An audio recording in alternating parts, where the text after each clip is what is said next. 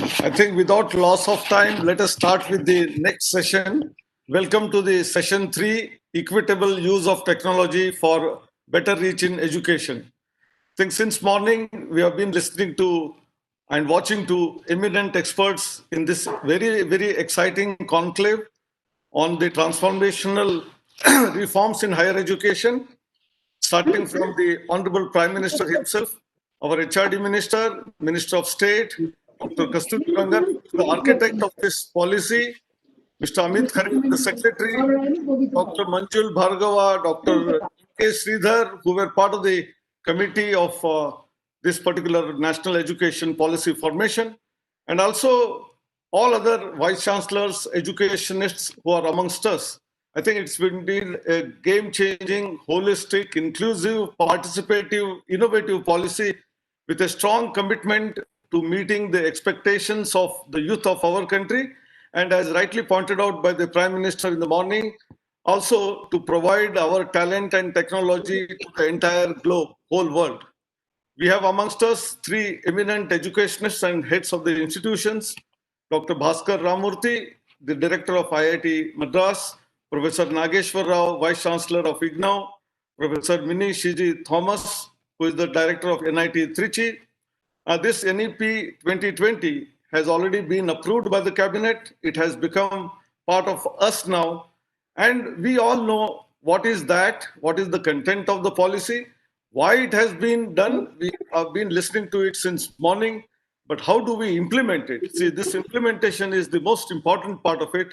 And both the Honorable Prime Minister as well as our HRD Minister and Secretary talked about implementation needs to be done is in the mission mode, whether it is SWOT analysis, whether it is strategy, whether it is roadmap, whether it is what resources are to be used, timelines, and I think even regular review and course correction if and when needed. But interestingly, during this COVID-19 times, lockdowns taught us many lessons. Leveraging and use of technology. See, online education, which was hardly used earlier, became prevalent. And often we are talking about post-COVID era, how do we conduct our online education? Equitable use of technology, which we are talking about in this particular participation of the three participants. I think very important thing is I was looking at the different chapters, right from chapter 6 as well as the chapter 14, where there is talk about equity and inclusiveness. But more importantly, you take all chapters of higher education, they have some connect or the other with use of technology in some way or the other. So when we talk about equitable access with equity, whether it is access to all social sectors, whether it is deprived sections of the society, whether it is in terms of gender, whether it is in terms of Divyangas, that is physically challenged ones, poor and the remote areas, aspirational districts, I think that is very important in terms of access and equity. When we talk about equitable use of technology, which technology, how it is made available to all, or for getting the best quality education to almost all the areas. I think there are various challenges, and therefore I would like my three expert panelists to throw light on all of these issues, especially not only about what they have done during the previous times, but also what is important is immediately after this policy is now announced, how do we take it forward? What is that implementation that we need to do? So we will start off with Dr. Bhaskar Ramorti. But before that, I think I will introduce all three panelists, which is important. Dr. Bhaskar Ramorti is a BTech from IIT Madras. His master's PhD from University of California, Santa Barbara in electronics engineering, electrical engineering. And he's worked for Bell Laboratories for a quite while and then returned to his own alma mater, IIT Madras, and he's been faculty continuously there.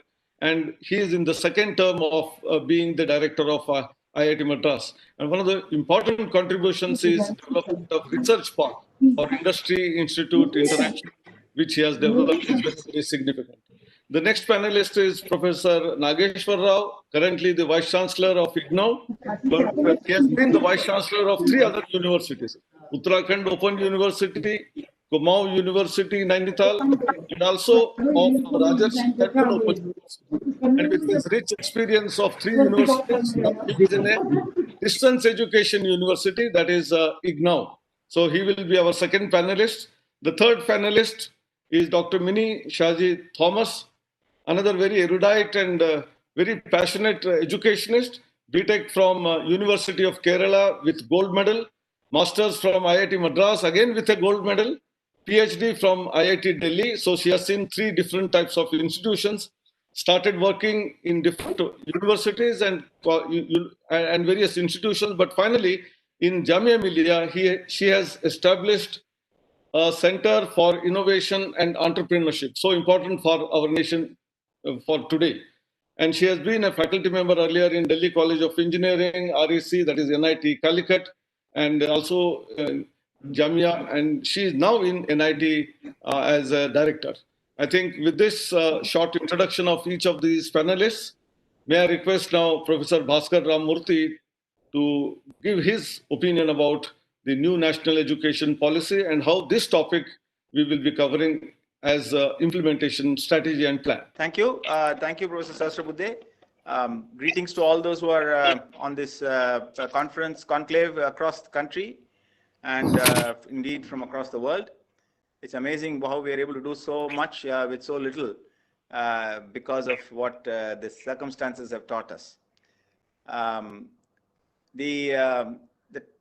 The focus of this session is on the use of technology.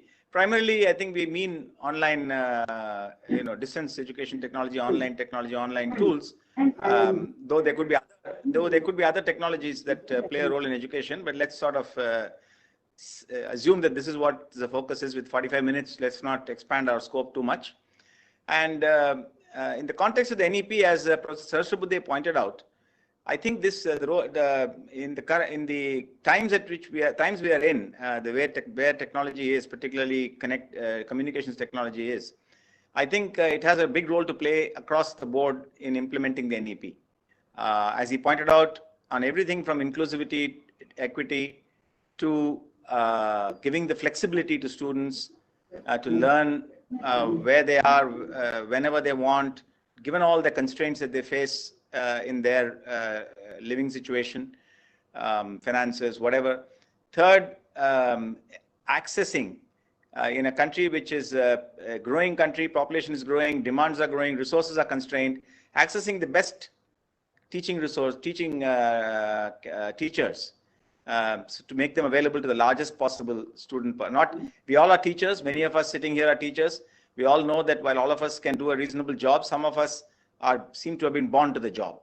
As students, I remember certain teachers still vividly. I remember their classes. I remember that I can hear them speak. And some of us leave a similar impression on our students, but not all. We have to admit that. So there are some teachers who are simply superb, to say the least. And I think we should use these technology to try to make them available to the largest possible student population. And the third is the importance of because of the time, what we want to achieve in the shortest possible time. To get to the GER of 50% by 2035 is not a small target. Unless you use every trick in the trade, everything available to you with the given resources, it's not doable. So on all these aspects, I think the technology or online education has to play a big role. Let me just use the remaining few minutes to, I don't want to get into details, but I want to share with you 3 ideas, all born from experience that we already had. These are not ideas that, except in the end where I'll talk about some things that might or might not work. These are all ideas that are already working to some degree. Not to say that they cannot be improved and tremendous innovations cannot be made. Just that these are not, these are not ideas that are still on the drawing board. The first is that I think many younger faculty, particularly, but not necessarily, in various institutions across the country, had realized over the last few years that while they do continue with their regular face-to-face teaching with their classes, some small to medium to large, 25 all the way to 100 sometimes, they recognize that that using online education tools in parallel can enhance the value of their of what they offer to their students tremendously. But the forced online teaching across the board, which has happened since April because of the pandemic, has brought this realization to everybody. That's been the big difference. So some of the feedback we got from our students in this period was that even when they come back to the campus, they would like the faculty to record the lectures, they'd like them to upload them. Some of them said that they are the kind of student who tends to get distracted and lose track. Earlier, they used to just lose the entire class. Now they can go back. Second, some others said language is always a problem for them. The ability to go back and listen makes a big difference. Third one said that faculty uploading their notes as well as the lectures means they don't have to worry about taking notes. They can listen intently. So there are all kinds of reasons by which the use of these tools in parallel to the regular teaching actually enhances the class tremendously. And of course, distributing tutorials, having chat sessions, whatever, I don't want to get into details, but I think the entire gamut is available, including simple things like WhatsApp groups. It just connects students to teacher. So I think all of these are now available. There's a plethora of tools. Every faculty member who's using these has their own positive story and favorite tool. I think we should allow all of this to flourish. This is one message I want to share, that it's a great enhancer beyond chalk.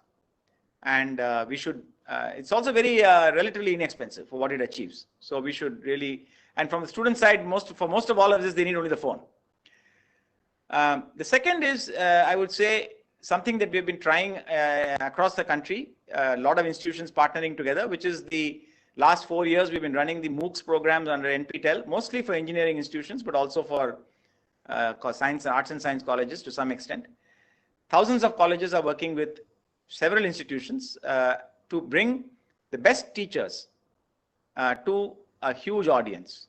The audience now numbers about 1.5 million to 2 million every semester. And 300 or 400 teachers are being brought to them. The feedback from students, even those who are just auditing these courses, is that it really, is that many of them just do it because they love the teaching. Okay, not all of these teachers are spectacular, but some of them are, and that's the aspect that I alluded to earlier. So, and we are also taking it all the way. We are having proctored exams at the end. So many institutions are also transferring some credits for these courses. More importantly, we are partnering with the teachers who are doing face-to-face teaching for the students in their own institutions, partnering with them, making what is being done through these MOOCs complementary to what they do, and getting them also to contribute now in the tutorials and problem solving and other things. So it's a large combined effort. It's not a top-down broadcasting effort. And there's a lot of, you can do actually good PhDs on this now, on what's working, what's not working, and how it's working, and so on. There's so much data available from the last 3 years, because we're talking about 2,000 odd institutions, 2 million students a semester, 200,000 to 250,000 taking exams, and lots of data on what's working and what's not working. This is something that can be used in order to, as I said, bring the best to the largest possible audience, working in partnerships, making up for resource constraints at various places at given time, and bringing the best resources could be anywhere. It is not necessarily only at the so-called elite institutions. So whoever is doing a good job, just like talent comes up to the and they make it to the cricket test team, no matter where they are in the country today. It's not only from Bombay and Chennai, as it used to be in the olden days. I think we should enable that in this second major mode. The third thing is a little bit more forward-looking, and that is online degrees. At the master's level, it's already being done. Many institutions are doing it in various kinds. I think here you're talking about people who already know what it is, who are already graduates, whatever they needed to learn from peer-to-peer learning in a regular brick and mortar institution, they've already got it. This is upskilling, up-knowledging. This is something they can do. We are doing it with people in industry completely without any face-to-face. They don't need laboratory training. They're already, they're working in industry. So you can do this in engineering. You can do this in management. You can do this in many things. I'm not talking about that. What about undergraduate education? I'm not even going to talk to school education, because I think that's going to be very, very dicey. We don't really know what is required to educate a child. But what about undergraduate education? Certainly, one can start off by saying that there is a certain aspect of peer-to-peer learning, and learning by doing, and learning in groups in presence of similar people to you. which you need to have. Whether you have it by going to a college or whether you do it some other way in the future is open, but there's no doubt about it. But given that that is required, nobody is denying that.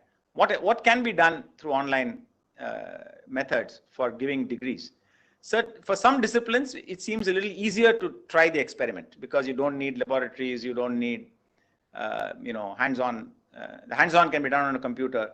So, for example, IIT Madras has just launched an ambitious BSc in programming and data science. We'll have to wait to see for 3 or 4 years to see how well it works, but we think we can pull it off. But going forward, I think there are many disciplines where this can be similarly attempted. The low-hanging fruit seems to be there. A few disciplines are there. But going forward, I think it may be possible, even in disciplines where we think today off the cuff that it's not going to be possible, like the sciences or engineering. You could imagine, today you have commercial centers where you can conduct exams throughout the country with integrity and proper, all the tools available. You could think of laboratories and workshops that are available across the country where experiments can be conducted, teaching can be done, and which can be used by anybody, booked by anybody and used. So you could think of online programs for science, engineering, and so on, which use all these resources spread out throughout the country, but students really don't go to any campus and don't go to any brick and mortar type of situation.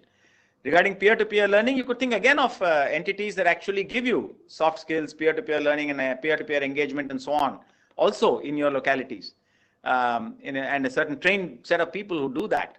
So these are very, very early ideas, sounds crazy, but we don't know what will work, right? Certainly the low-hanging fruit, it looks like can be done, but I think more will probably emerge in the next 5 to 10 years. And this may be vital to get our 50% GER with high quality and relatively low per capita expenditure. The last point I want to make is regarding the connectivity itself. All of this assumes that you have got good connectivity.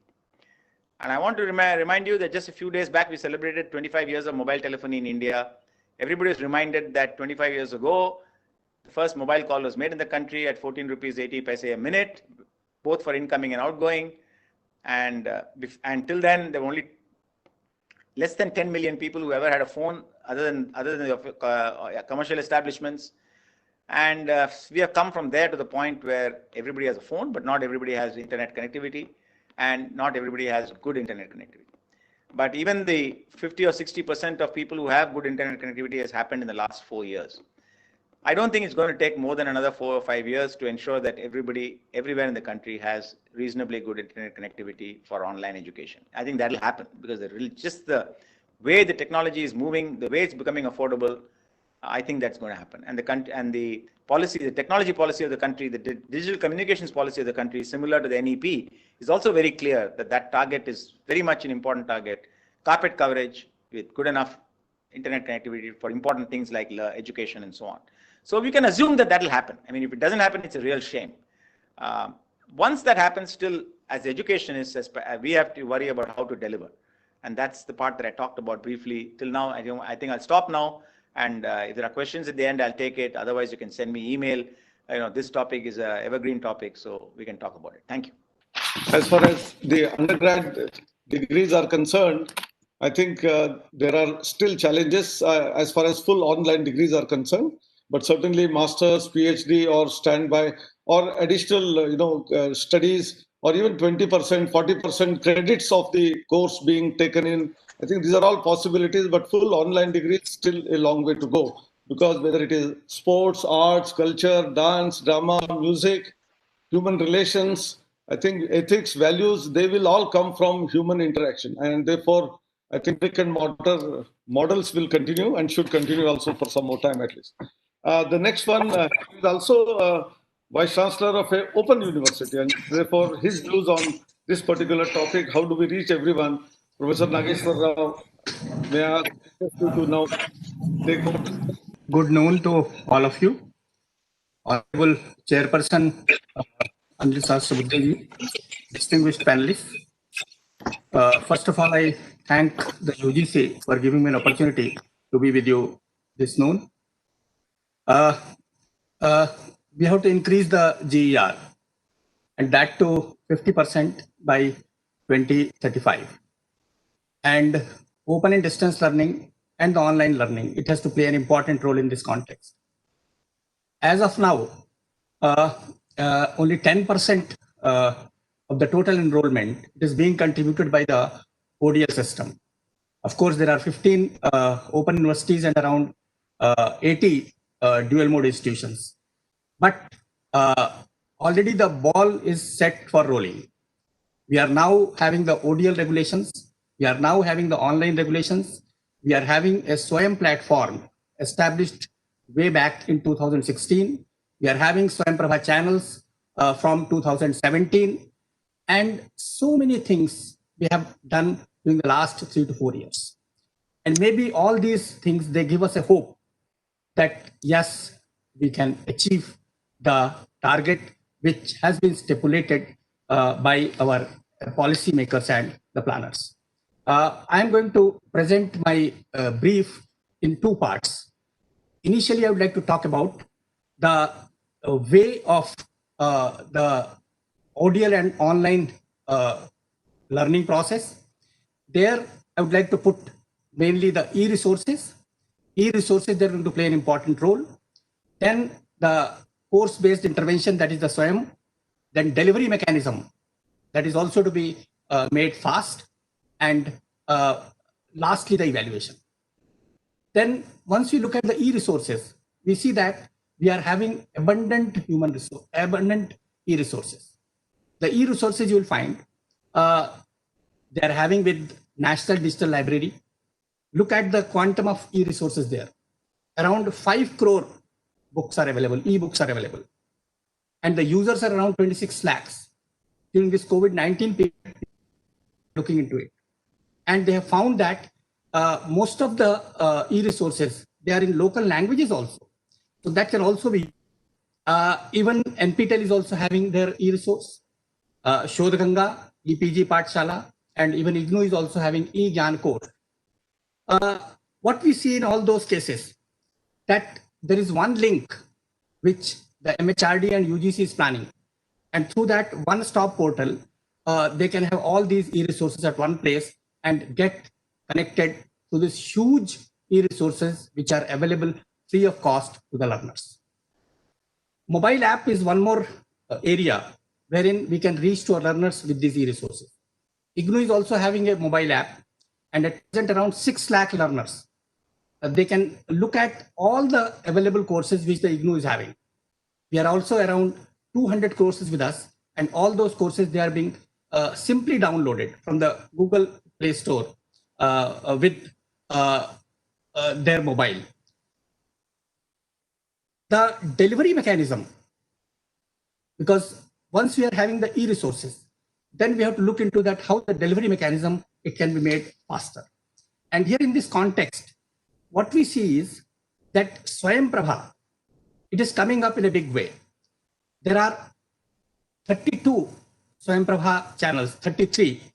And you see that they have got a wide spectrum of all these channels. NPTEL is having 10 channels.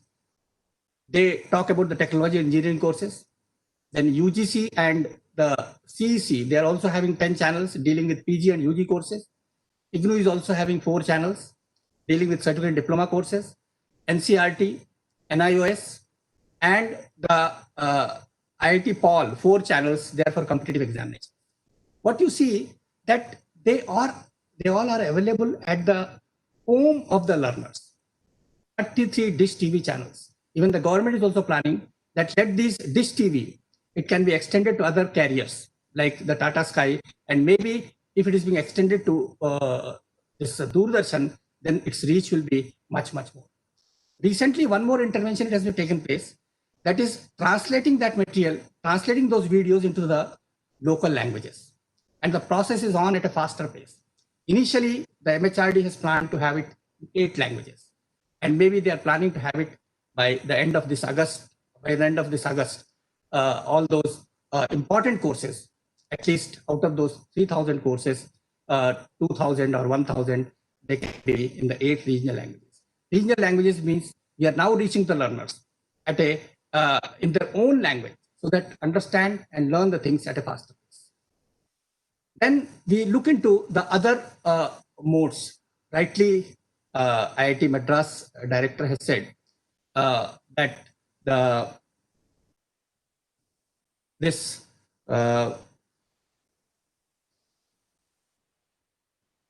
our Facebooks, they can also be used extensively. And Facebooks, if you see that we have used those Facebook sessions comprehensively. During this COVID-19 period, we could have 240 discipline-based courses, and we have reached to around 42 lakh learners during this period of 3 months. Of course, the viewership is more than 8 lakh. And in addition to that, we are having online counseling sessions through the 56 regional centers spread all over the country. And there we are using the Google Meet, Zoom, WebEx, and other modes through which we find that the face-to-face counseling sessions, which earlier we used to have it in our ODL process, that can be replaced effectively. Here, one more advantage the learner is getting, that these sessions, they are in the form of videos. And at latter stage, they can download those videos whenever they find that it is to be listened again. It is not so in case of the face-to-face learning there. There is one more thing which we are adding during this particular process, that is web-enabled academic support. This web-based enabling support we are doing for each course, each program. Here at one portal, we are using the OER, Open Educational Resources. And by using these Open Educational Resources, we are creating one portal. And for that particular program, the concerned teacher, he is having all the available resources, videos, the material, the assignments, and also the advanced handling mechanism. And these things that can be used by the learners, and they will be in direct touch with the learners. Secondly, at the regional centers also, all the learner support for that, so we are providing this sort of one portal support. So that is also technologically giving us lots of satisfaction from the point of the learners. And they feel that now they are getting the things in a much better way. Swayam platform, it has picked up effectively. And you see that during the last 3 to 4 years, around 2 crore learners, they were registered. And this particular process, it promotes course-based learning. In India, still the prevalent practice is that the people go for program-based learning. Now, this particular phenomenon encouraging most of us that a person who wants to study agriculture, he can study agriculture, he can study Hindi, he can study technology, and that too from one portal at one particular point. That demarcation of the broad categories of the subjects, now it is being this interdisciplinary focus, this new education policy that is also being taken care of by this entire system. Now, lastly, I would like to add one more thing, that is podcast. Podcast series, this is a new initiative which we have taken. And what it is giving us is advanced subject knowledge. And advanced subject knowledge, for which we have gone for only 9 sessions. And till this point of time, we could have 63,000 videos downloaded by the people. Because having a curricula, then it is to be updated, having advanced knowledge, then that too with this particular technology, that is also giving us good results. A few bullet points I would like to narrate as the roadmap, that we are doing it, how to move ahead at a much faster pace. I'm not those bullet points in detail, but stating those points that will clearly tell us the way forward.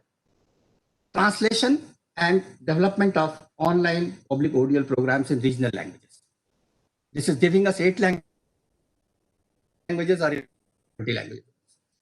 Then the online and ODL, the thin differences between the two. Now the pedagogy is almost the same. The 4-quadrant approach, even in ODL also is the same. Material, the invisible teacher, the counselor, and the evaluation. It is also the same.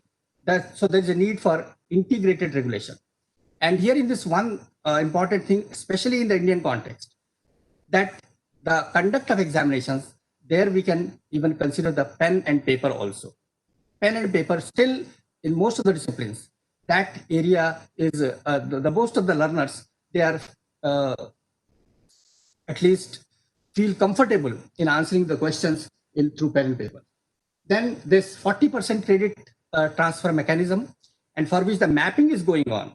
And UGC and AICT has done a great job during this COVID-19 period. They have mapped the relevant courses. Now it is for the universities that they have to pick up those courses, and this 40% credit transfer, 20% right now it is there. And if even right now existing universities, they're using only 1 or 2%. If they get it extended to 20% also, most of our SWAYAM courses which have been developed by the quality faculty, that can be used. We can even go for establishing open universities, because minimum infrastructure and lots of resources. Recently, Punjab has gone for it. The states of Jammu and Kashmir, Haryana, Kerala, and Jharkhand, they may also go for it. Recognition of prior learning. Already the people are knowing so many skills with them. And if we look at those skills and try to recognize it, an experiment it was being conducted earlier, but in Western countries, it is a popular phenomenon, but let us see that how we can go for it. And then 2 degree programs for which the UGC has come up recently, let the notification come. And through that, if a person could not clear 1 degree, at least he will clear the other degree, and thereby the GER it can further be enhanced. Agriculture and skill-based courses. Yes, here a lot of potential is there. And even the conventional institutions, they also use the agriculture lab or the skill lab outside the institution. The same is true for the open and distance learning institutions. So virtual labs that can be created, and these courses, they can also be run through the open universities, through the ODL institutions, the online institutions, and the conventional institutions. This is in brief, which I intend to share with all of you. Thank you very much. Thank you. Thank you, Professor. Now let me request Professor Minish Haji Thomas to be very brief, but we are running out of time. Yeah. As possible, without repeating what they have already said. Thank you very much, Professor Sarasabudde, and my fellow panelists and UGC chairman for this opportunity. I'll be sharing my slides if possible. So the topic is equitable use of technology for better reach in education, NEP 2020.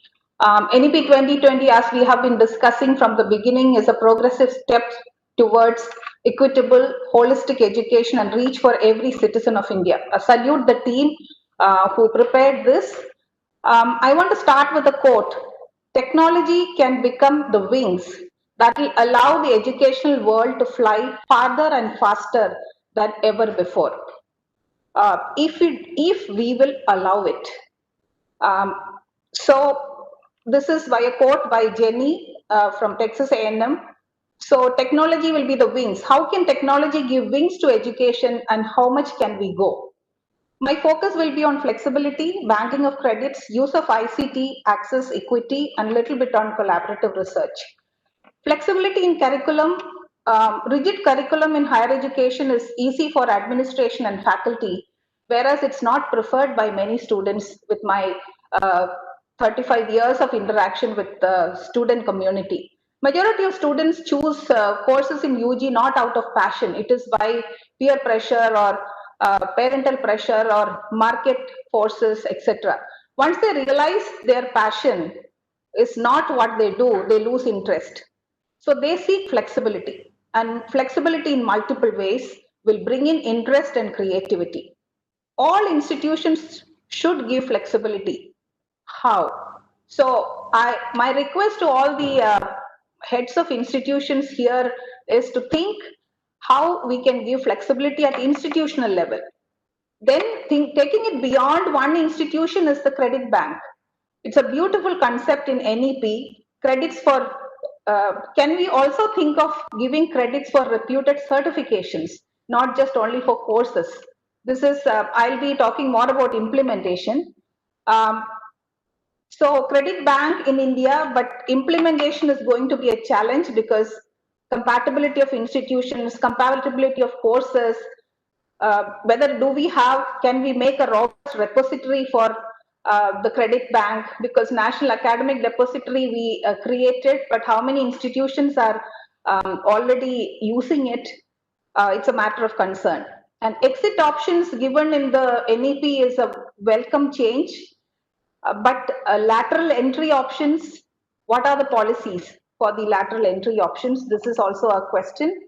Now, flexible curriculum encourages all-round development of students, and we have been doing it from 1964, from the inception of NIT Trichy, and we adopted flexible curriculum in 2014, and like many other institutions of higher learning, institutions of national importance like IITs and IIMs, we also give a lot of importance to co and extracurricular activities. And like Madam Sushma said in the morning, that an engineer would like to become a singer or a creative artist, I have seen the students from these institutions come out as well-rounded personalities because we offer flexibility in curriculum. For example, a student in electrical engineering in NIT Trichy can graduate with a major in electrical engineering with a minor in economics or English um, or management or whatever is his choice. And I've seen students going into astrology, creative writing, theater, music, social work, entrepreneurship as a profession after graduation. So it's a welcome change when we go for flexibility. Now, use of ICT in higher education, we have learned about classroom teaching as well as open and distance learning. But COVID-19 mandated us to go for open and distance teaching, a new term called ODT, where students and teachers were caught unaware. Now, how can we give wings to education by use of technology? I would say 4 things. You should have information on your fingertips, especially with student community. Things should be available on their mobile. So information on fingertips, we should reach masses, connectivity, bandwidth, more TV channels. What about the learning experience? How technology can augment the learning experience? Using augmented reality, epistemic games, we can augment the learning experience, whether it is arts or science or engineering or medicine, which is very important. And the last point is language of instruction, especially for India, multilingual. Um, Duolingo has only Hindi for learning. Why can't we include more languages? So this, I'm glad NEP is taking, but we need to work on this to enhance this. Now, what are the challenges in use of technology? Again, for an institution, if we take, I would bring in 4 points. One is institutional readiness. It's very easy to say that you adopt technology, but are our institutions ready? Do we have an IT infrastructure backbone in every institution, whether it is arts, science, law, or commerce, or medicine, or technology? And we need technical support. So institutional readiness is very important. Second is faculty readiness. Training in the use of ICT, e-content development, creation, e-delivery. We have to be proactive. We have to have innovative methods in teaching, especially in online classes. Do we have the gadgets for ICT enabled teaching for teachers? Who will provide, whether it's for classroom or even for remote teaching? And again, technical support. And the third is the student readiness. Are our students ready with connectivity and bandwidth? Very glad to hear Professor Ramorti saying that, it will be fruitful in 4 years. Our experience is already reaching nooks and corners of India. Gadgets, again, library readiness. If you have to go technology wise, our libraries has to be ready to give remote access. Overcoming challenges, the COVID-19 experience at NIT Trichy. Students were sent home in March. We have students from 28 states of India, and 10% of our students from abroad. We have around 7,000 students. Completing the semester teaching and conducting examination was a challenge. So I'll talk about all the 4 briefly. Institutional readiness, readiness, we developed our online study material portal, which was emphasized by my previous speakers. Students can download their material anytime, anywhere. Then we developed an online examination portal in May 2020, online student election portal. We have a new student council in place. And we are continuing our research process continuously, completely online. And the IT team support is invaluable. This is institutional readiness. Student readiness, we did extensive survey across the students community who are even in villages of India. The study material exam portal we created need connectivity for the minimum time. Even students with 2G connectivity were able to access it. Multiple modes of authentication for identity and impersonation we built into the system. And then faculty readiness, third point, training we did, most of our faculty are familiar, but still there is a need for e-content training, online exam, question paper setting. We set higher order thinking questions, no ready answers in books or internet, and multiple question papers, randomized question papers, etc., etc. And the library, we gave VPN access to ebooks and articles to students anywhere in the world. So our online examination portal, I'm very happy to report that our final year 1700 students wrote with 100% attendance. We declared the results, 98% attendance for lower semesters for around 4,000 students. And it is possible to reach nook and corner of the country with technology. We have proven it. Coming to collaboration and research, my last point, I already discussed that collaboration with sister institutions is the way forward, and industry and research. And signing an MOU is not enough. I think we should start with faculty and student exchange, and once we develop a rapport, then go for an MOU. And open your doors to industry. We have done it very effectively, and it's very successful. And we have decided that NIT Trichy will support only multi or interdisciplinary research. And with industry support, we have been able to create the Siemens Center of Excellence, another ISRO, Space Technology Innovation Center, etc. So my request is, please work with industry. That gives you a lot of strength. Open your doors to industry, and also enable your IT services in these 4 domains. Infrastructure at the institute, enable your faculty, enable your students, enable your library. We will succeed. And I have a few suggestions for a UGC ICT MOE. Madam, you can type in there so that everyone will see them. Sir, I just need half a minute. We have already exceeded by 3 minutes, madam. So you put it on the chat box. Huh? There are many people who have raised their hand that they want to comment, but like a quiz round, I would like to request Professor V.K. Tevri from IIT Kharagpur, Director of the Institute. You tell in one sentence, what is your take on this new education policy? Thank you, Professor Sastrabudhe, for giving me this opportunity. I think this is one of the smartest thing which has been done by this particular government in the history of the post-independence era. Secondly, what I want to say is that, of course, all has been told by Director IIT Madras and the other 2 speakers. What I can add is that we as IITs, we must come up with our own platform for creating this sort of learning and the bandwidth at the delivery end. And I'm sure that the passion of the student has to be taken into consideration if you want to see that NEP succeeds. Thank you very much. Yeah, thank you, Professor Tiwari. Conclude the session. The most important thing is all the 3 experts, Professor Bhaskar Ramorti, Nageshwar Rao, and Minish Chiji Thomas, have given excellent inputs about this particular topic.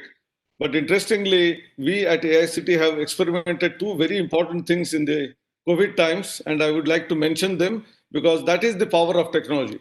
Our entire regulatory process of giving approvals has been done everything online, including checking of the documents, visit to the campuses, virtual tour of the campuses, and finding out whether facilities are there or not. Everything video recorded, so there is no scope for any kind of what you say, many times charges are leveled, that is not going to be possible. It's an absolutely transparent system. Secondly, we had the largest hackathon, which we conduct every year. This is the fourth edition. 3 editions were all face-to-face mode. They were all coming. But this time, 10,000 students we created a platform where we're using Slacks and all that. 40 virtual centers, several mentors, more than 1,500 mentors, jury, they all came online. So I think there is a power of technology which we can certainly make use of. And I'm sure for our Atma Bharat, Atma Nirbhar Bharat, Atma Vishwasi Bharat, Swabhimani Bharat, all our efforts in order to complement each other, if you do it, I'm sure that we will be able to achieve success through this new national education policy. Thank you very much. Namaskar.